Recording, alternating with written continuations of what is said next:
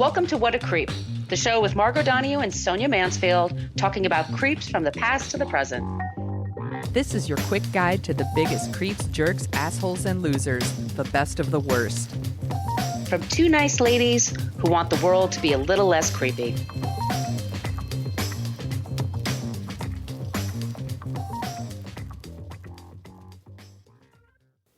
Welcome back to What a Creep. This is Margo Donahue, and my cohort in creepitude, as always, is the amazing Sonia Mansfield. Hey, Sonia. Hello, my friend. Hello, my friend. We are the podcast that talks about creeps from the past to the present. And as somebody noticed, I think it was on Twitter, they said, if it's an old-time creep, it's usually Margo. I don't think it's old-timey if it's 50 years ago, but I'm kind of a history geek, so... I get what they're saying. I get what you're saying. I get what you're saying. I tend to like modern Hollywood creeps, and Margo tends to like historical creeps. So I get it. It's a balance. We have like a balance. It's a balance. That's why we're a good team. That's why we are an excellent team. And there are so many themes here that we could talk about, and we will talk about, that are resonant today. We are talking about Stockholm Syndrome, or Sonia, I've been working on my Swedish. Normal stork. Oh boy, this is going to be rough, but we'll do it together.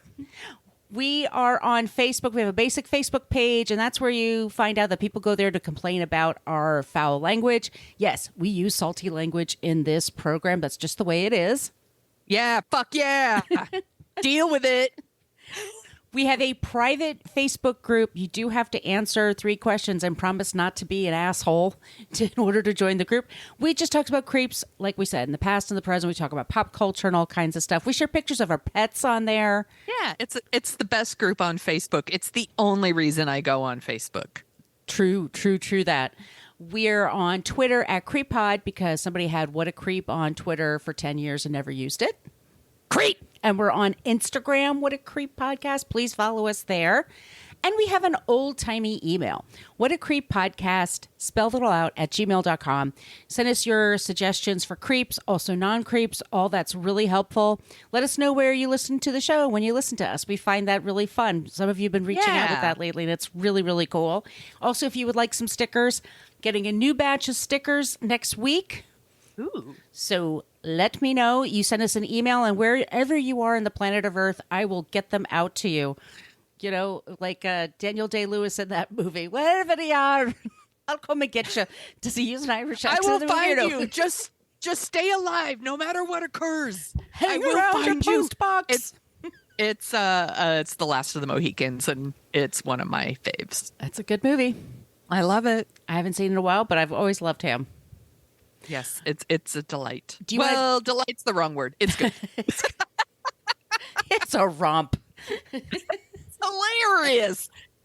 Do you want to tell them about the website? The website. Yes, it's at whatacreeppodcast.com, and it's everything you ever wanted to know about our podcast, but we're afraid to ask. It has links to all of our past episodes, and in those episode descriptions are also our show notes, where we link to all of our sources, because we source everything, and we want to give credit where credit is due. We want credit where credit is due. They did the dirty work. We're just putting it all together for you. So check that out. And there's also a link to our merch shop where you can get t-shirts and tote bags and journals and all kinds of awesome stuff.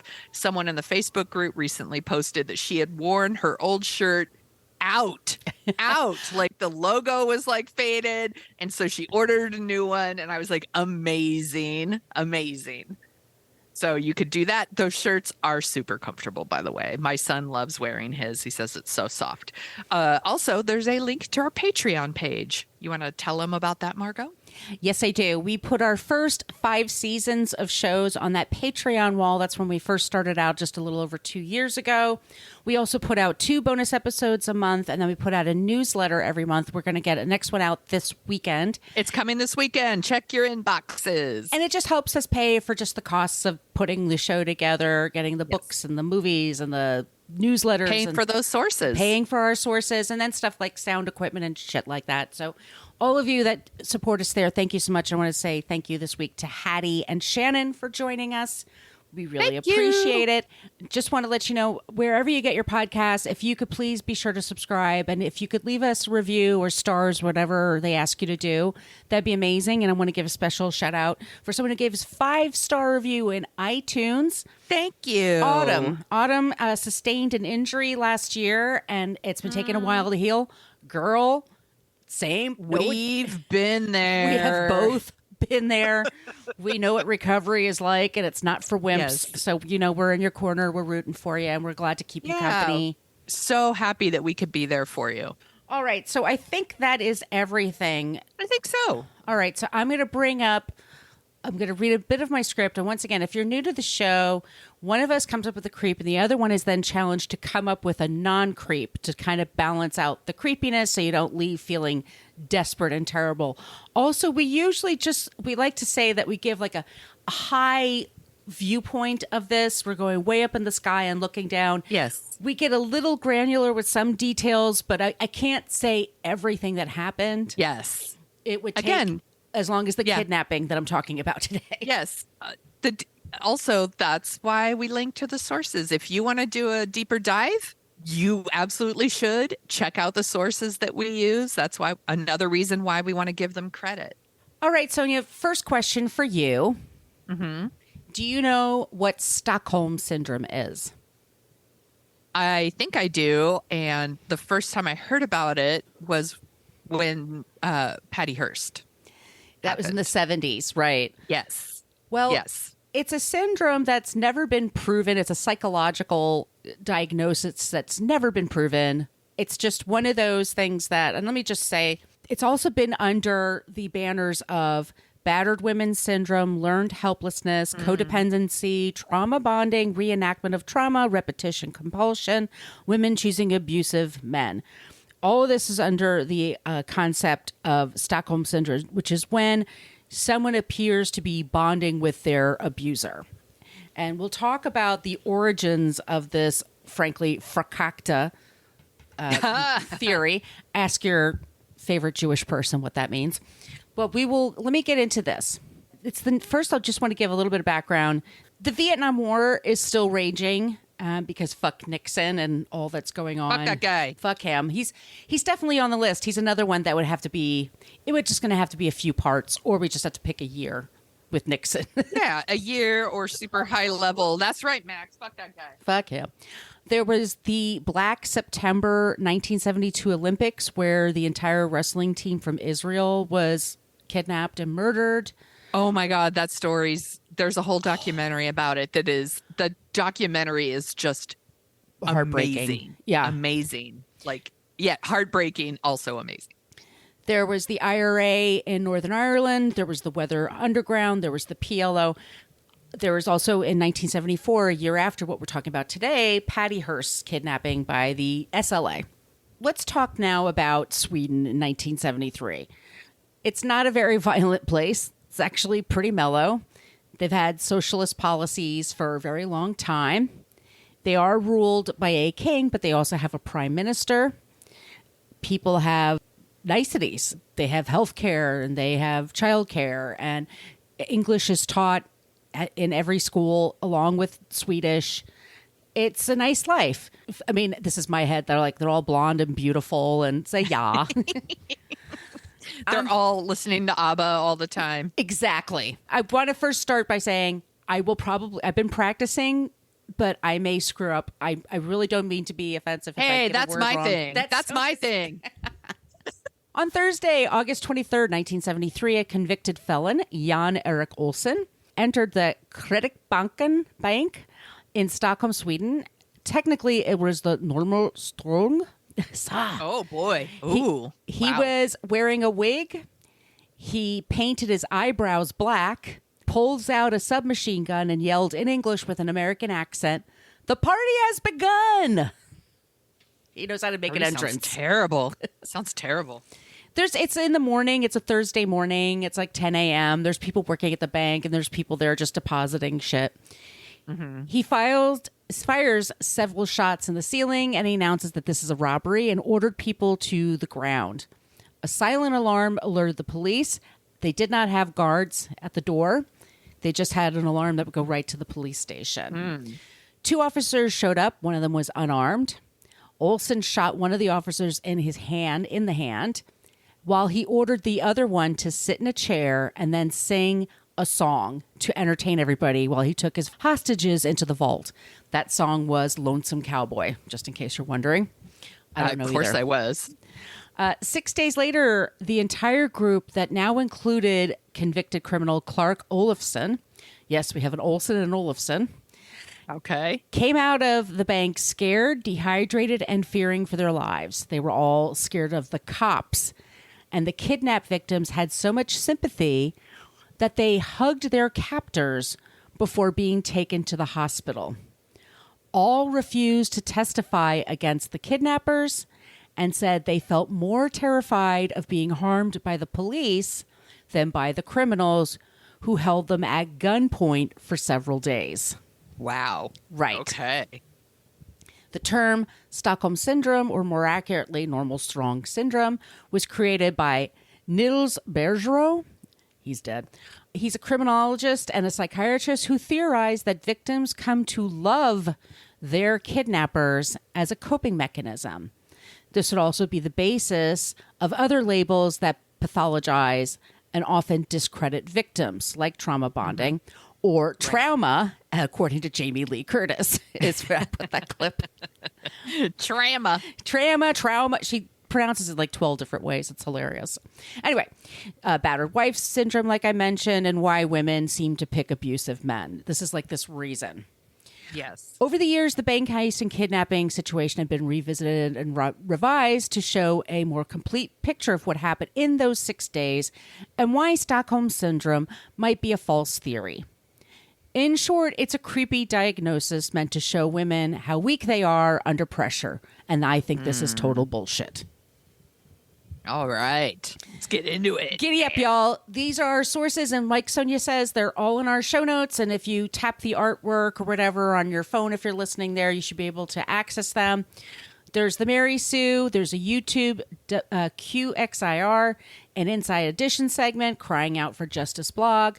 Dr. Alan Wade, who's doing amazing work up in Canada, Rethinking Stockholm Syndrome. I have a YouTube clip from him. He's also working with Indigenous people up there, dealing with the trauma of the heritage schools that we talked about last year, all about that. Steadafan.com, The Independent, TodayIFoundOut.com, Business Insider, Vogue Scandinavia. There's a show on Netflix last year called Clark, starring the Skarsgård that was Pennywise the Clown. Alexander Skarsgård. Skarsgård.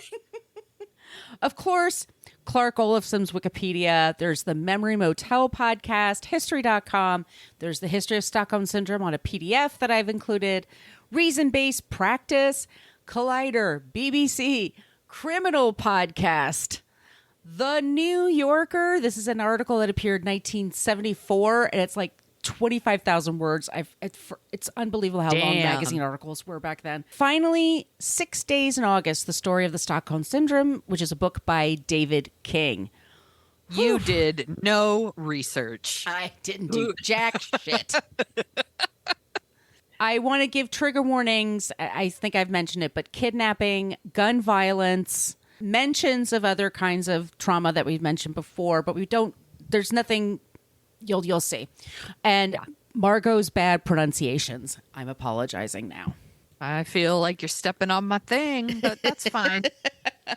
So our villains are Jan Erik Ollson, born 1941, and Clark Olofsson, born 1947. Jan goes into a bank and says, "Party's begun. Let's do this shit."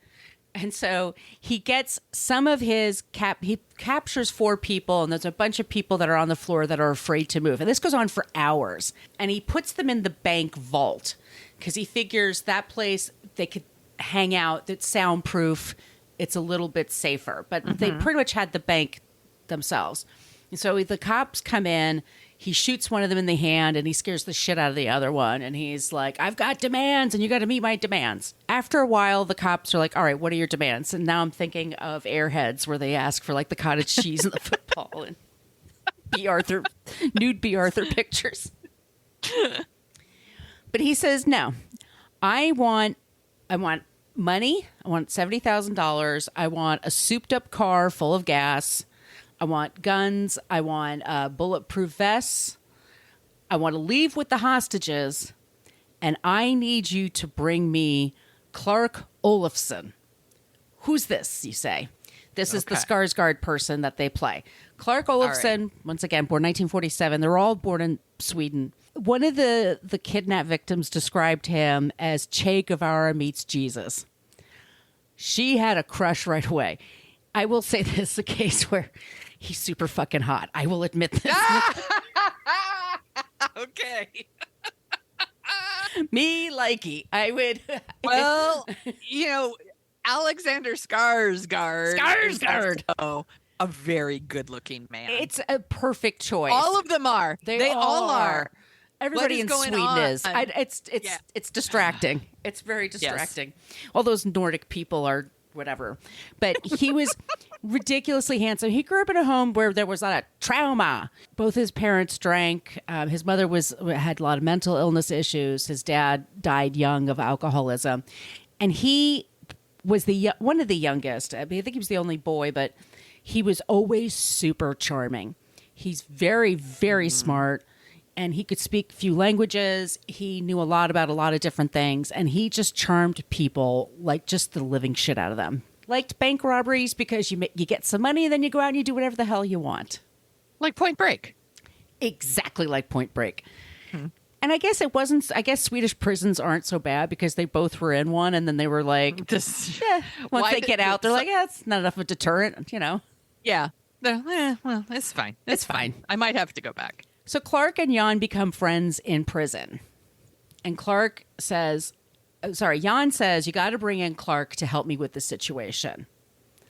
And they said, fine, we'll send him in, but we're not going to give him guns. And he's like, that's cool. I got tons of guns. I don't need that. But okay. Clark, I need more help in here with these hostages. Could you give me someone from the prison who was in prison? These boys were both in prison, but this guy got out. Interesting choice. Yes. So Clark was still in prison. They had to go get him. Now, the cops, by the way, the first day, they thought that a man named Kaj Hansen was the person inside. They didn't know because the guy had changed his appearance with the black eyebrows and shit like that. And that guy was so upset because Swedish TV immediately was going like 24/7 live. Like they immediately showed up and surrounded the bank. And this guy that was on the run from the cops called the cops furiously and said, I'm not in that bank. I don't kidnap people. How dare you? How dare you? That's not my thing. How dare you? I said good day. I said good day, sir. So they picked him up and took him to jail. So Clark comes in and he starts singing the Roberta Flack song, Killing Me Softly. He's handsome. He's like early 70s sexy. What can I say? Is it possible that none of these people have Stockholm Syndrome? They were just hot for him. I mean, he's a good-looking man. Yeah, singing. Well, so he comes in singing, and he also he calls the cops and says, look, we're going to work with you, but you got to understand, these people need to eat. The women need their tampons. We need water. You need to take care of us. And then once I build that trust, I'll help you get this guy out. And they said, cool. So they bring them waters and foods and the menstruation products. And then they also send in beer. But the bottle caps to the beer, all of the beer was like slightly askew. So people are like, they poisoned this. And it turns out, the cops did try to poison them. I mean, this is the thing. They poisoned it? What if the people drank it? From the beginning, the cops had no clue how to take out the hostages. Their whole thing was, we hope we don't kill them, but we're just going to have to get aggressive. They said, we're not going to negotiate with these terrorists. So whatever they want, it was a very hard line attitude.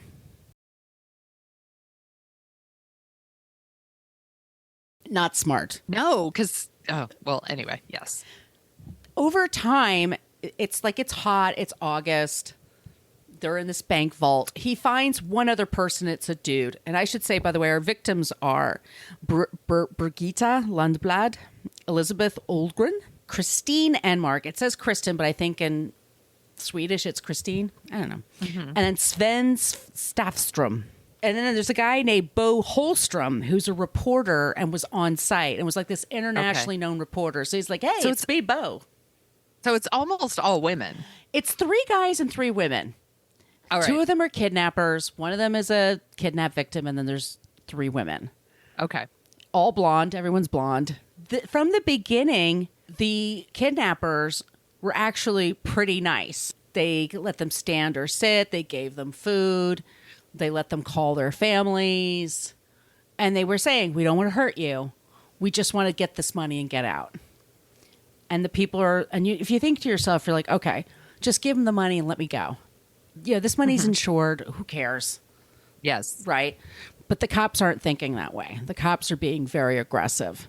And they try to shoot their way into the place a few times. They basically become barricaded in the vault. It's not a big vault. And they go to the bathroom on these little waste paper baskets that are in the vault. And they're sleeping there and they're hanging out there all the time. And gradually over time, they get to know each other. And when they're talking to the people, they're kind of, and the cops put mics up like over the vault. To try to like listen in, and they're like, oh, they're joking with each other. They're like hanging out, and it's like they're making conversation because none of them want to be there. They all want to go, but Jan, what Ollson and Olofsson want are they just want to be able to get the car with the kidnap victims, drive away, and then dump them off, and then take off. Right? Yeah. Police are like, no, we're not going to do that. And this became a very hardline attitude. And as a kidnap victim, as one of those hostages, I'm sure you're not looking to like piss off the men with guns. Well, I mean, why on earth would you irritate them? I'll tell you right now, I'd probably be the nicest hostage you ever met. Please don't hurt me. If I think you're not going to sexually assault me or just kill me, you just want to get your money and get the fuck out, I would be more relieved. And I would just be like, okay, what are we doing here? Like, they didn't have a SWAT team. They didn't have any idea like how to communicate, how to do anything. So the prime minister of Sweden is a man named Olof Palme. And Clark Olofsson calls him and says, look, I was brought in. Let's get this negotiation going. Let's do this. And Olaf Palme says, get those people out of there. And, you're not going to we're not going to negotiate with you. And he gets really upset and hangs up and like shoots into the ceiling and everybody gets upset. And then Christine, says, let me try talking to him. 23 years old. Just left home a year before. This is her first job. They put her through to the Prime Minister of Sweden. And she's like, what are you doing, buddy? We're struggling here. Like, just negotiate and get out. And her whole thing is like, let us go with them into the car, take off, and then they'll leave us alone. And the man's like, why aren't you going to the cops? And she's like, we're more scared of the cops than we are of them. Because every time one of them is by a window, the cops just start shooting in. Right? Yeah. So they're not taking into account. You tried to poison us. You've tried to poison them. They shoot into the building constantly. The cops like pour in. So now they're stuck inside this terrible bank vault. And they're there for days. And they're standing for hours. I mean, Jan, at one point, he takes all this rope and he makes these nooses to make it seem like they're wearing these nooses on their neck and they're attached to the wall. That's the picture. Yeah. That I sent to you. But the cops aren't doing anything. They're just like shooting the shit out of the place and they're just waiting for them to fuck up. No wonder they were scared of them. They were terrified of the police. Because the police never also said anything to them. Like, right. There's no communication like, hey, you're going to be okay. The cops are shooting up the joint. They're putting the beer bottles. Meanwhile, these guys are feeding them and just trying to get out of there. They're like, we just want this money.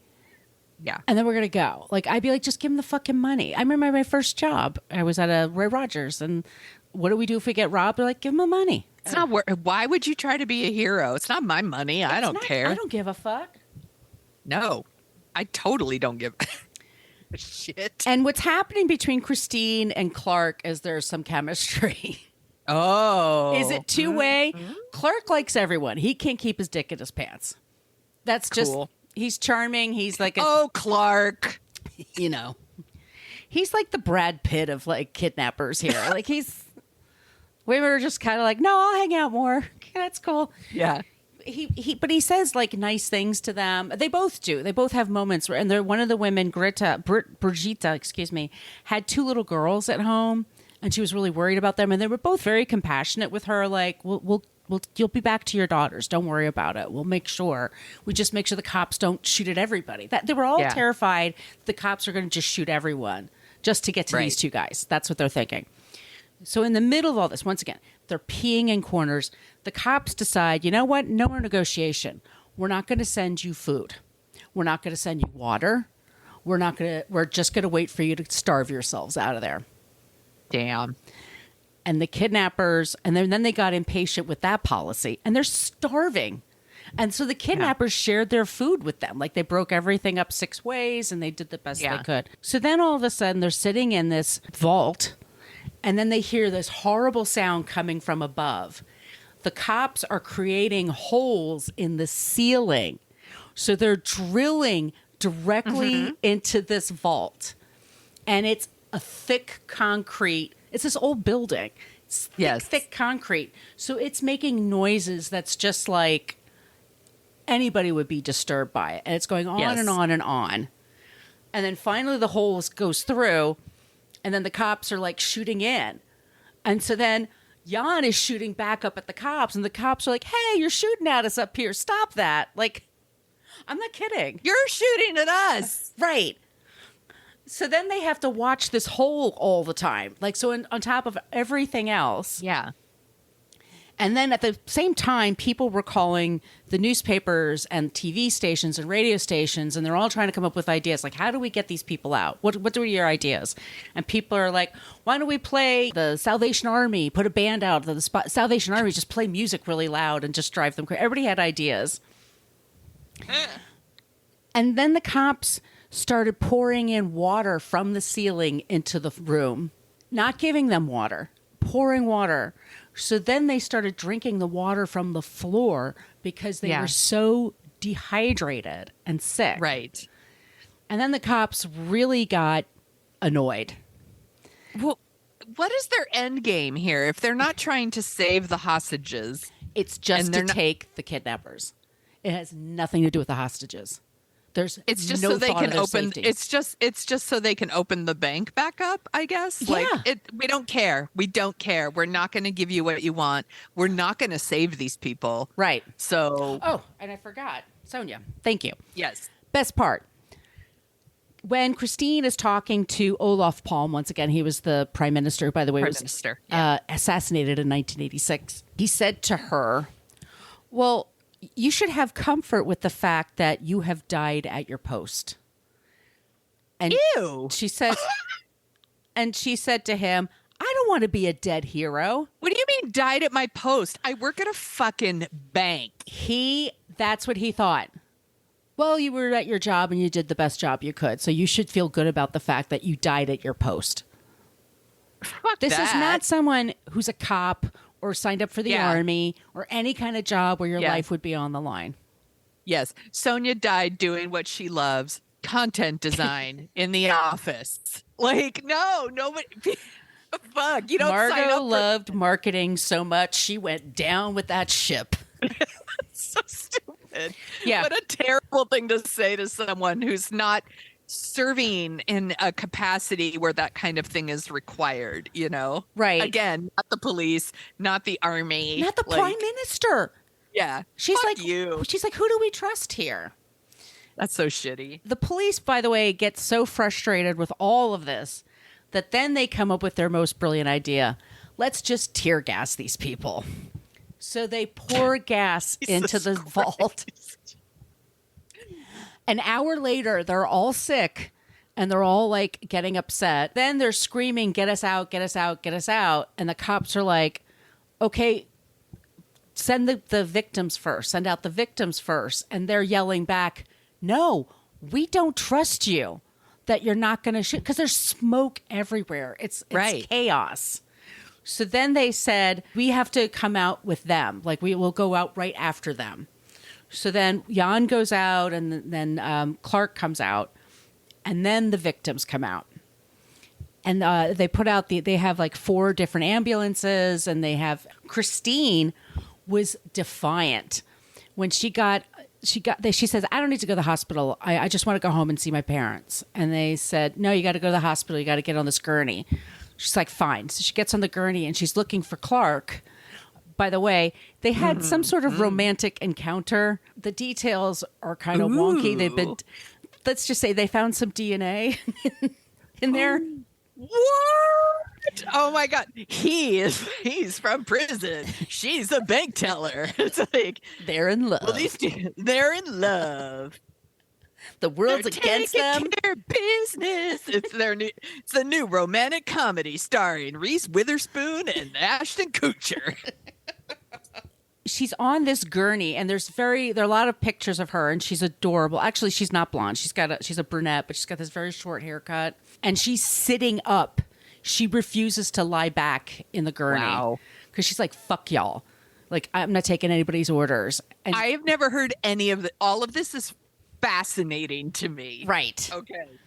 She gets to the hospital. Her parents meet her there, and it's really nice. Everyone gets to the hospital. They get reunited with their families. They're all like, well, is Clark okay? Is Jan okay? What's going to happen to them? And the cops are like, what are you talking about? These are your kidnappers. And they're like, well, yeah, but we want to make sure they're okay. Immediately, it's pathologized. Like, what is wrong with these people that they care more about? Because they gave them hugs as they left. You're so shitty at your job being a cop. That's what happened here. That they are like more worried about being shot to death while they're being gassed, by the way, by you people. Yes. And you turned off their water, their food. You had no one in contact with them. So they were in there for 6 days. Think about that, for 6 days. Jesus Christ. I mean, but they noticed like that little kindnesses made them feel more comfortable. So like Ollson gave Christine his jacket because she was shivering. So he gave her his like hoodie. The guy, Sven, they said to him, look, if we have to shoot you, because I promise you, I'll just shoot you at your leg, but I'll like just nick you. Like just, and he was actually like, oh, that's really nice. He doesn't want to kill me. He actually, you go nutty. You go nutty. I mean, the one woman said, like, yeah, they really cared about it. I was a mother, and they felt bad about that, and they wanted to make sure. But she goes, they didn't want to send her out there because they didn't want her to get shot and killed. Also, like, they are. It's so funny because they're like, look, we just want our money, and we don't want to hurt you. And the cops are like, we're going to hurt all of you. We don't care. Yeah, we don't give a fuck. I mean, no wonder that they act the way they act. Right. When they come out of there, it makes sense to me, to be honest. The thing is that. They do not. Nils Bergeron is the person that, I think it's Nils or Niles, but anyway, he's a criminologist and a psychologist. Never talked to Christine, by the way. Never talked to any of these people. But he all of a sudden was jumping around on the TV, and it's just like in Die Hard when they had that hostage book that they were talking about, Helsinki Syndrome. Yes, this guy's doing the same thing. And he's saying, like, he barely mentioning Sven. He's just like, oh, these women just fell in love with their captors because they were helpless. That's what captives do. They get helpless, so they fall in love. And it's very reductive. It's really, yeah. But that was his thing. Maybe Christine did, but not all of them. They had a thing. So they eventually, they go to jail.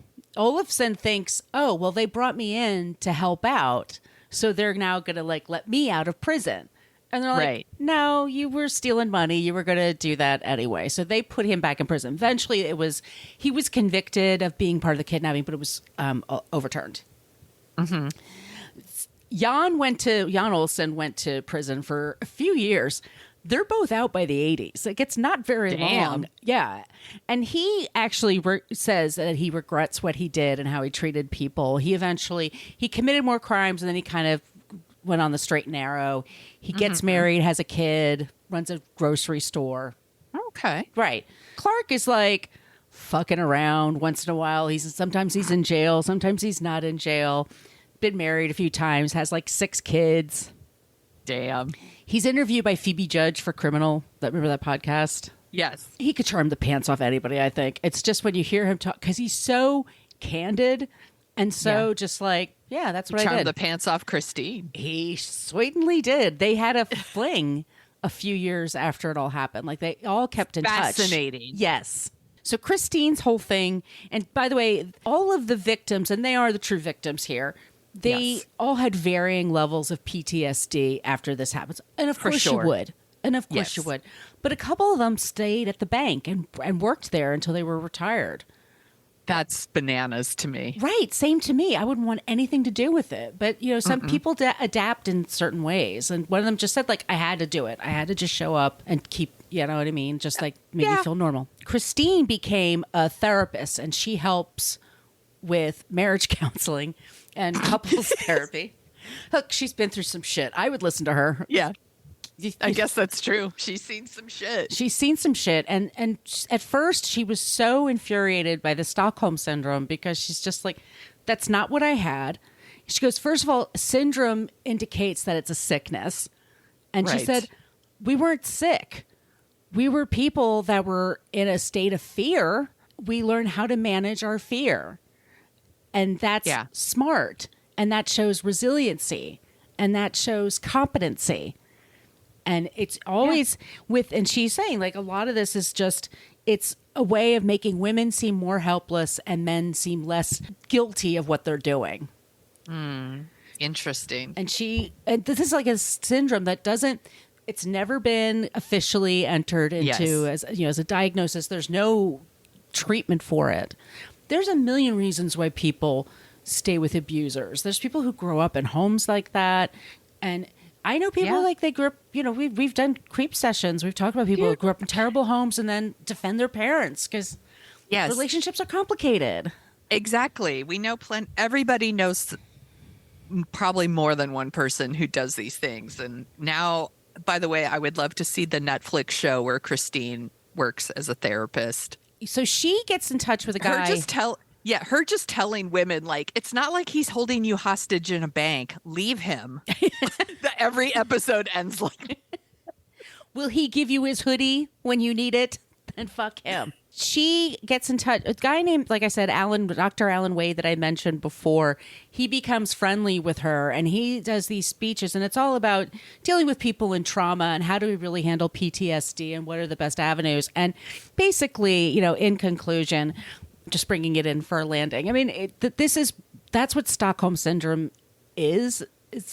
That's the reason that the whole thing was made up. It's not what you think. They didn't fall in love with their captors, except for Christine.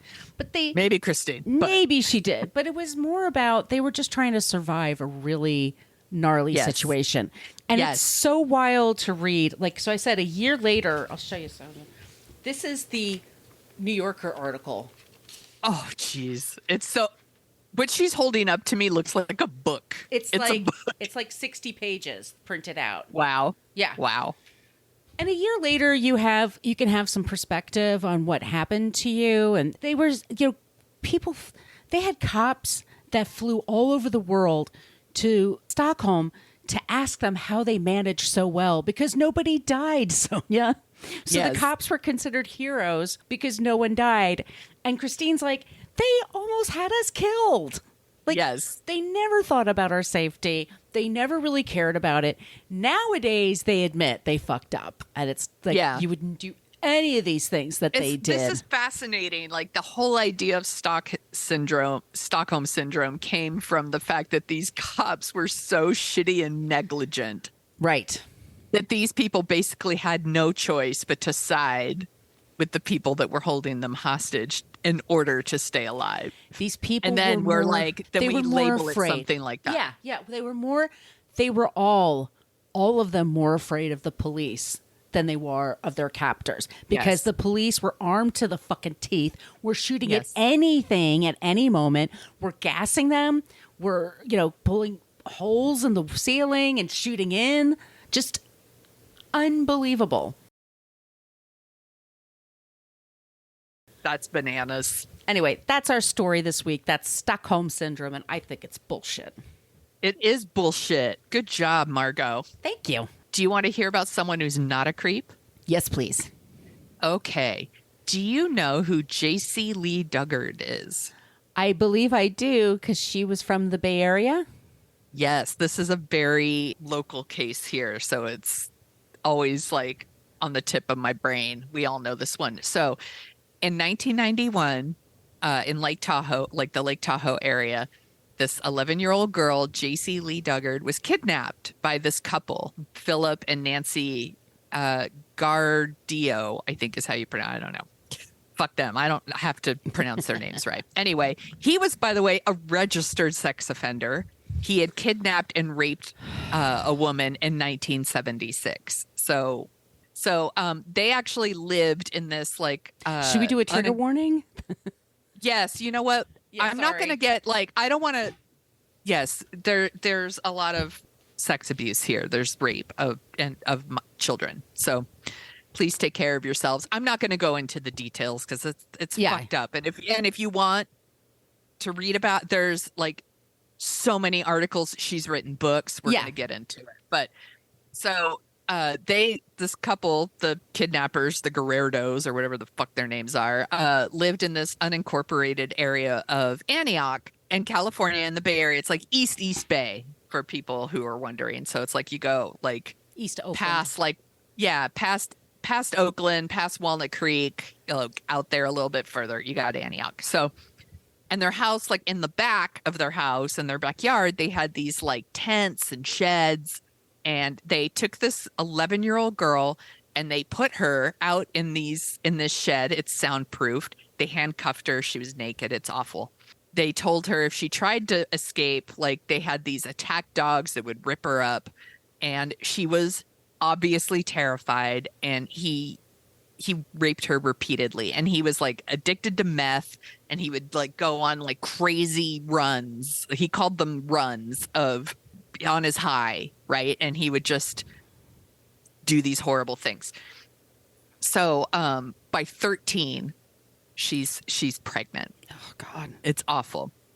And she learned about like sex and pregnancy from watching TV. They let her have a TV, and that's how she figured that's how she prepared for this.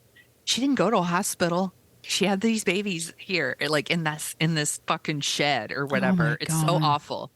So awful. So this happened. So it happened. She had 2 kids there. Children referred to the kidnappers as mom and dad, and they believed that Jaycee was their older sister. Right. And the kidnappers also asked her to adopt a new name. So she didn't go by Jaycee anymore. She went by Alyssa.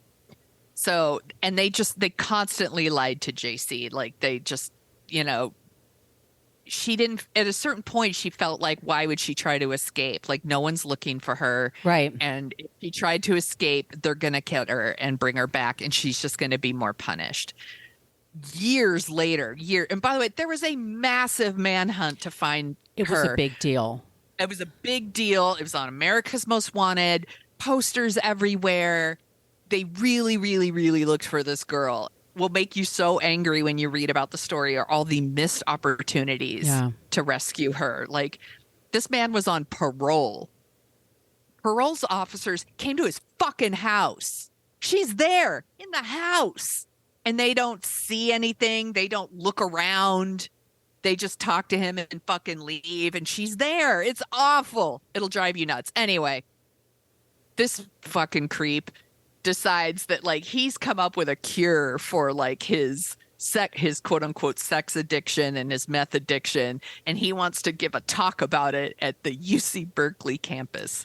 So he shows up at this campus and talks to somebody about how can he get a permit to speak on the campus. The campus police were like, and he showed up and he had 2 like children with him. He had younger people with him, and they were like, that's weird. They got a weird vibe from him. Surprise. So they did a background check on him and saw that he had been convicted of a sex crime. And so they contacted like the police, which then contacted his parole officer. They went to visit like his house, or they called him, and he came in to the police station in Concord, my hometown, by the way. And he brought with him the kids, and Jaycee, like then going by Alyssa. And like they questioned him, they questioned her, and she was like, oh, my name's Alyssa, like these are my sisters, blah blah blah. And then eventually like this creep confesses to what he's done, and then the police figure out who she is and that she's Jaycee Dugard, and that it turns out these are not her sisters, these are her children. What year was this? By then it was 2009. Yeah, I remember that. I wrote it down here because I want to make it clear. I believe she was in there for like, it was like 18 years or something. God. Yes, she lived in the shed in the backyard for 18 years. She had 2 daughters. By the time they were rescued, the 2 daughters were 14 and 17. Oh, this is all they've known, by the way. Did they go to school? No, right? They didn't go to school? No, she homeschooled them. She watched TV and tried to like teach these children the best she could, which, by the way, if you've seen the movie Room, there's a lot of stuff that movie. I can't watch it again. I've seen it once. I saw it once and thought it was amazing. It's a punch in the gut. It wrecked me. And there are definitely things in this case that are in that movie, which is based on a book, but not her book. Anyway, I wanted to point out that 3 weeks after she was rescued, Jaycee asked for the pets that were in the home. Aww. Because she wanted to make sure that they were being taken care of, which I thought was very sweet. Eventually, Philip, that's the fucking creep, he got 431 years in prison. I think that's life. And his wife got 36 years. That's it? That's it. Bitch should be in jail for the rest of her life. Fuck her. Fuck her. The Dugard family sued law enforcement. Dugard. Sorry. Did I say Dugard? That's a totally different family. That's right. I just realized they have the same name. No, it's Dugard with a D at the end. Dugard. Maybe Dugard is how it should. It's Dugard. They filed a lawsuit against the law enforcement because this dude was a registered sex offender, and they had plenty of opportunity to catch him and never went to the backyard. Never went to just walk around the house, man. Go out back, take a look. Anyway, she got $20 million for it, which doesn't make up for stolen 18 years of your life. No. But I'm glad she got some money. So the reason I brought her up was because in 2016, she wrote a book. And it's called A Stolen Life, a memoir. And she wrote it as part of her therapy. Like she wrote it with her therapist. And it's about like post-trauma, like family reunification and dealing with what happened to her. And she did an interview with ABC News. And she said this: the phrase Stockholm Syndrome implies that hostages cracked by terror and abuse become affectionate towards their captors, which is degrading. Having my family believe that I was in love with this captor and wanted to stay with him is so far from the truth. It makes me want to throw up. I adapted to survive my circumstance. Yes. Which is exactly what we're talking about here. She wasn't in love with this dude. She wasn't stoked to be part of this fucking nightmare family. She was doing what she needed to do to survive. She repeatedly says in interviews, like, this was a survival mechanism that a lot of victims do to survive. Yeah. Like, they do what they need to do. So she wrote this book. After she was rescued, she started animal-assisted therapy, specifically with horses. She wrote Horses are amazing for therapy, by the way. They really are, yeah. She wrote a second book called Freedom, My Book of Firsts. And then she started something called the Jaycee Foundation, and it's like Jayc Foundation. And it provides support for families that deal with abduction and other losses. So they help families connect with like traditional therapy, but also animal therapy. So if you want like animal therapy or like therapy with horses, they can help you with that. But they also offer training to law enforcement officers. so that they can learn from this experience. So they're not just calling it Stockholm Syndrome. They actually do presentations like all over the country, like sharing their ideas to different groups of agencies about like how to handle these kinds of situations. So she not only survived something so fucked up, and she could have just, I don't know, been like, and that's that, and like taking care of herself. She's trying to like pay it forward and help others, which I think is amazing and makes her a fabulous non-creep. Good job, Sonia. That was a tough story. And I remember I lived in the Bay Area when that happened. Yeah. There's a couple, like Michaela Garrett, was that the other one? There was a couple of cases of girls abducted, and there's and then Polly Klaas up in Petaluma. It was really, really terrible. I was psyched when they found her, and then let's stop blaming victims for surviving horrible circumstances in the best way they know how. Can't even imagine, like, there were so many when this happened, so many people were like, why didn't she just blah, blah, blah? And I was like, fuck off, like, you don't know what she's been through and what you would do in that situation to survive. Please, I used to co-host a show with another person, and we had a disagreement about this kind of topic. Because she would say things like, well, why doesn't she just leave? Why doesn't she just fight back? Elizabeth Smart, she even made a comment about her. Like, why didn't she just do this? I'm like, you don't have the guts to like quit your job to your boss, right? But you're going to stand up to someone who's been raping you and holds a gun to your fucking head. People will do anything to disassociate from anything bad happening to them. And so any way that they can think of to blame that person, to make them a little more culpable for their circumstances, makes them feel, and people like that fucking suck. I don't talk to that person anymore. I'm like, I remember seeing so many garbage takes when she was finally found, and I'm at that time I was like, fuck these people. I know, same. My sister read her book. She couldn't fucking wait for the book to come out. My sister read it because she was just so interested in like how that and Elizabeth Smart, how that went down. And Elizabeth Smart. It's you don't know what you would do to survive. No, and and it's like you're being punished for your competency. Like you've done, you're dealing with the best way you know how to keep yourself sane.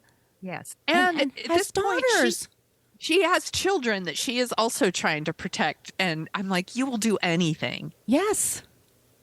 Anything at that point. And just people, like you said, like it's their way of saying, well, it wouldn't happen to me. Exactly because I would have done like, this you. or that. It could happen. It's good for you, but that's not what happened here. Too bad. No, the person that said that to me was somebody that she wanted to quit her job, and she was so scared she sent an email, and I'm like, just go in the office and say fucking quit. No, but she would. But then, like all of a sudden, she's like, "Oh, well, if I were in this situation, I would fight him off." And I blah blah. Like, you know what you'd fucking do? Was she supposed to run away and leave her kids behind? Yeah, no, with a monster. No, that's not what you. No. And I know I'm like, I don't know what I would do. I don't know what I would do. So like, how would I have the fucking gall to pass judgment on someone about how they handled that situation? And to your point, your friend that like can't even like quit her job in person. It's like there's like shit, I don't know, just normal everyday shit that I don't want to deal with because I'm too scared to deal with it. And then you put me in a life or death situation and think I'm going to be brave. Doubtful. But even if you, or like Christine, or maybe this is the brave option. What she's doing. What she's doing is hugely brave. She's keeping herself alive, and she's taking care of those kids. Those kids, exactly. Christine, I was going to just say, like, and Mark, a couple, because she was like they said, she wouldn't lay back on that gurney. She wouldn't do anything, and the cops said, she's strangely fresh and alert. And it's like, what's that supposed to mean? Because they wanted her to be all freaked out and crying and screaming. So to them, it's like, well, there's something wrong with her. Like, you can't kidnap a person like that. They're already whatever. It's so stupid. You have to act the way You have to act the way I want you to act, or there's something wrong with you. Right. And it's bullshit. Fuck these people. That's why I love doing the show. Because we do stuff like this. I'm like, grrr. Grrr. Margo smash. You did a really good job on this one. This is really good. I didn't know any of this story, so. Well, thank you. I should say that the show Clark is on Netflix. Episode 4 is about the robbery in particular, because this guy has a whole fucking life of stuff going on. It's a little intense. I'm gonna wait for the romantic comedy version. I think so. The Lifetime version, the holiday version. There also was a movie called Stockholm starring Ethan Hawke. Love in the Vault. Love in the Vault. Can't wait. He's a robber. She's a bank teller. They're in love. Sparks fly. Love in the Vault coming this fall. Ethan Hawke started a movie called Stockholm. There's been a couple of movies in Sweden about it. I should say the movie Clark in America, it's dubbed English, which is I always find very strange to watch. Yeah. Just give me subtitles. That's fine. Yeah, I'll be fine. I'll be totally fine. Okay. If you like the sound of our voices, and by golly, why wouldn't you at this point? We also co-host a show called Dorking Out, where we dork out about movies of all kinds, genres, and decades. Sonia, what are we covering next? It's time for our Oscars episode, and we, in the past, have done bad Oscar winners. So we've done like Crash and we've done American Beauty.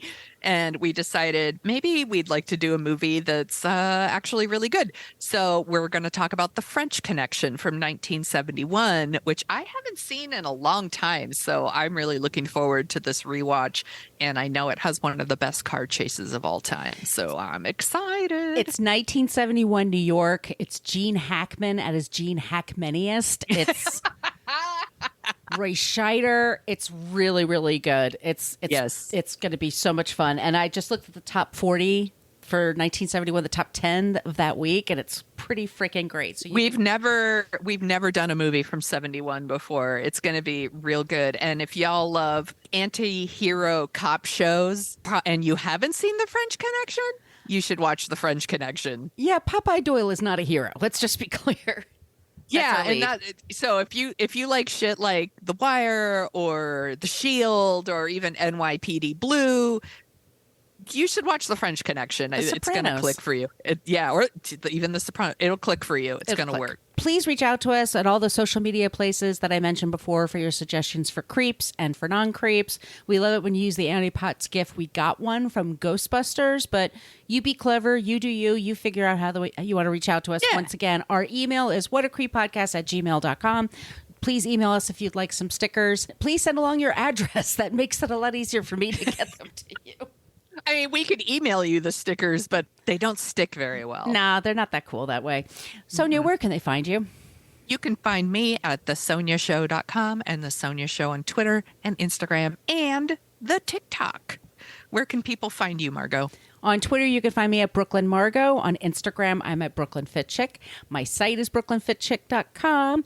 And I am on the TikTok at Margo Donahue. And I've got some fun clips there. And a couple of them are of The French Connection. Check it out. Nice. All right, everyone. In the meantime, be kind, stay safe. Don't be a creep. Be a creep. Thank you for listening to us talk about creeps. You can follow us at What a Creep Podcast on Facebook, Twitter, and Instagram. But don't follow us too closely. You can email us your creepy stories at whatacreeppodcast@gmail.com. But please keep your dick pics to yourself.